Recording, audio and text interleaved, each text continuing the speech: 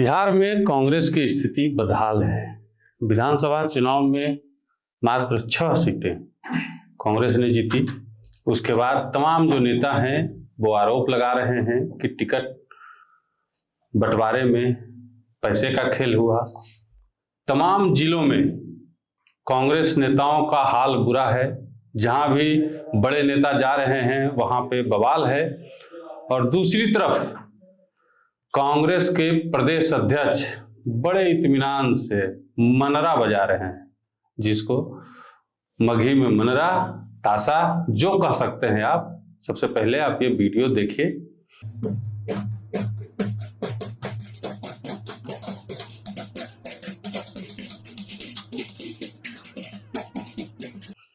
देख लिया आपने किस तरीके से मनरा बजाते हुए कांग्रेस के प्रदेश अध्यक्ष नजर आ रहे हैं, जबकि बिहार में कांग्रेस की क्या स्थिति है ये किसी से छुपी हुई नहीं है। तमाम बिंदुओं पर बात करेंगे। हमारे साथ कांग्रेस के निष्कासित नेता आदित्य पासवान जी हैं।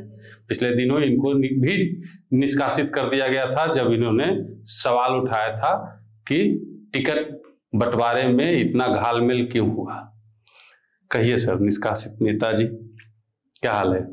देखिए, लोकतांत्रिक तरीके से आवाज उठाने के लिए ये इन्होंने फर्जी निष्कासन कमेटी बनाई और फर्जी तरीके से कुछ लोगों को निष्कासित किया, जिसका कोई वैल्यू नहीं है। क्योंकि अनुशासन समिति जो बनी थी, निशिकांत जी, मैं आपके माध्यम से बिहार के लोगों को, पूरे देश के लोगों को ये बोलना चाहता हूँ, बताना चाहता हूँ कि ऑर्गेनाइजेशन सेक्रेटरी जो केंद्रीय नेतृत्व जो AICC से जो उसका अप्रूवल आता है, तो वो कमेटी का अप्रूवल ही नहीं था। अच्छा। तो वो समिति ही फर्जी थी, इसलिए वो अनुशासन का कोई महत्व नहीं है।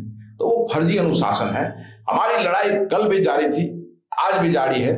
और ये कमजोर अध्यक्ष जब तक नहीं हटेगा, जिम्मेदार अध्यक्ष जब तक नहीं आएंगे कोई, तब तक ये लड़ाई जो है ये हम हर हाल में जारी रखेंगे। पिछले दिनों आप लोगों ने जो आरोप लगाए, अब वो तो खुल के सामने आ रहा है बात। लोग कह रहे हैं सुशील पासी जी पर पैसे लेने का आरोप है, और भी कई नेताओं पे लोग आरोप लगा रहे हैं, खुल के सबूत भी दिखा रहे हैं। बिल्कुल स्वाभाविक है। जब हम, और आरोप जो हमने भी लगाया वो चुनाव के नतीजे आने से पहले हमने कहा था कि कृष्णा अल्लावरू को टिकट बंटवारे में आपने बड़े रूप में घालमेल किया है और RSS, भाजपा, जनता दल यूनाइटेड के लोगों को पैसे दे करके टिकट देने का काम किया है। और वो सत्य हुआ। देखिए अब किस तरह से साक्ष्य के साथ लोग आ रहे हैं। सुशील पासी पर परिवार का मुकदमा दायर हुआ है मोतिहारी में, सुशील पासी पर परिवार का मुकदमा दायर हुआ है छपरा में, और भी जगह से सबूत आ रहे हैं, और भी जगह उन पर केस होगा। तो ये शर्म की बात है कि भारतीय राष्ट्रीय कांग्रेस का एक सह प्रभारी पर केस हो रहा है, मतलब पार्टी उसमें दागदार हो रही है। तो ये शर्म की बात है। और मैं आपके माध्यम से केंद्रीय नेतृत्व को बात पहुंचा चुका हूं, लेकिन मैं फिर ये कहना चाहता हूं कि इनकी सदस्यता को खारिज करना चाहिए, रद्द करना चाहिए, ताकि आगे से कोई भी प्रभारी, सह प्रभारी किसी भी राज्य में जाए टिकट वितरण में पैसे का खेल नहीं कर सके। और जो राजनीतिक कार्यकर्ता जो पार्टी के लिए संघर्ष करता है, अपने प्रदेश के लिए और राज्य के लिए संघर्ष करता है, उसको टिकट मिलना चाहिए। ऐसे कितने लोग हैं जिनको बरगला के पैसे लिए गए हैं? बहुत कितने लोग आपके सामने आए? अभी तो 4-5 आए हैं और उसके बाद और लोग आ रहे हैं। और देखिए, आपको मैंने बताया मोतिहारी में केसरिया से मधुरेंद्र सिंह टिकट मांग रहे थे, उनसे सुशील पासी और वहां के एक पर्यवेक्षक थे जो सुशील पासी के उत्तर प्रदेश से ही थे, सुभाष राजवंशी। इन लोगों ने, ये दलाल जो है ना सुशील पासी, छोटा दलाल लेके घूम रहा था। अच्छा। और वो आगे करके उससे पैसे लिया, कैश पैसा लिया, फोन पे के माध्यम से पैसा लिया, सोना का चेन लिया, ब्रेसलेट लिया, लैपटॉप लिया, आईफोन लिया। अब बताइए, ये इस स्तर पे गिर जाएगा कोई सहप्रभारी और पर्यवेक्षक कि आप फोन और लैपटॉप ले रहे हैं, सोना का ब्रेसलेट ले रहे हैं? अरे तुम कमाओ नहीं यार, कमा के जो पहनना है पहनो, जितना सोना ऊपर से नीचे लादना है लाद लो।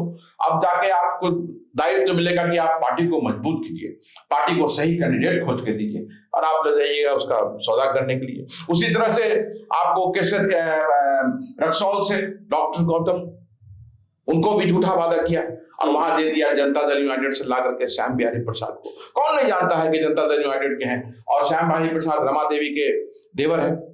उसी तरह से आपको नौतन में अमित गिरी, कुम्हरार में इंद्रदीप चंद्रवंशी, कुणाल पांडे को वादा किया टिकट, वहां भी टिकट नहीं दिया गया, गोविंदगंज में, छपरा में। तो ये पूरा हर जगह इन लोगों ने बड़े रूप में घालमेल किया है और पैसे का लेन देन किया है, और वो सामने आ रहा है। हमारा आरोप साक्ष्य के साथ है, जो मैंने आपको 2 दिन पहले प्रेस कॉन्फ्रेंस किया था, बाकायदा उसमें परिवार का मैंने डॉक्यूमेंट दिखाया। उससे बड़ा सबूत तो कोई नहीं हो सकता है। जो फोन पे से पैसा दिया गया वो मैंने दिखाया, मैं आपके साथ शेयर कर दूंगा वो सारा स्क्रीनशॉट। और जो व्हाट्सएप चैट कन्वर्सेशन है सुशील पासी के साथ, वो मैंने शेयर किया।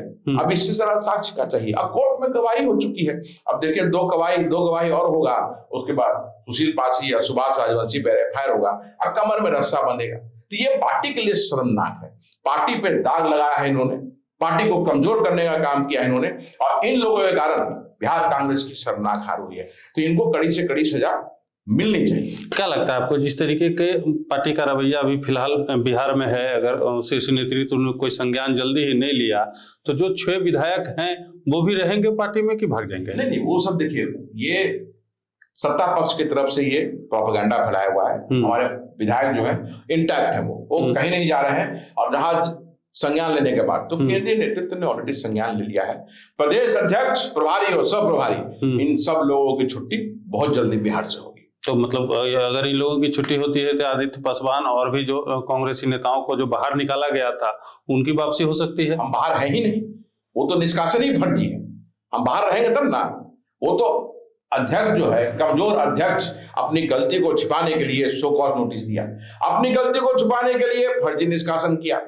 बस ये खेल है। अब देखिए ना, जहां जहां भी जा रहे हैं बिहार में, ये मधुबनी गए, वहां राजेश राम मुर्दाबाद, शकील खान मुर्दाबाद, दरभंगा गए, कृष्णा लवारू मुर्दाबाद, राजेश राम मुर्दाबाद। अब तो सोचिए समझिए कि लाठी खाली नहीं चल रहा है, अगला जिस जिला में जाएंगे कोई ठीक नहीं कि वहां लाठी डंडा भी चल रहा है। पिछले दिनों एक तस्वीर निकल के आई थी पटना एयरपोर्ट से, जब कृष्णा लाबरू आए थे। एक तस्वीर इलेक्शन के पहले की हम लोगों ने देखी। कृष्णा लाबरू जब आते थे तो 5,000 के करीब समर्थक रहते थे एयरपोर्ट पे, और इस बार जब कृष्णा लाबरू आए तो मात्र 1 राजेश राम। तो वो तो स्वाभाविक है ना। देखिए, जिस तरह से मैंने जो कहा, वो आरोप को साक्ष्य के साथ प्रूव हमने किया कि ये लोग चोर हैं, तो अब चोर का स्वागत करने कौन जाएगा? ये तो साबित हो गया ना कि कृष्णा लाबरू, राजेश राम, इन लोगों ने टिकट को बेचा है, पैसा लिया है, अपने पर्सनल इंटरेस्ट को साधा है, बिहार कांग्रेस को शर्मसार किया है, बिहार कांग्रेस की मर्यादा को बेचने का काम किया है। ये देखिए बेशरम अध्यक्ष को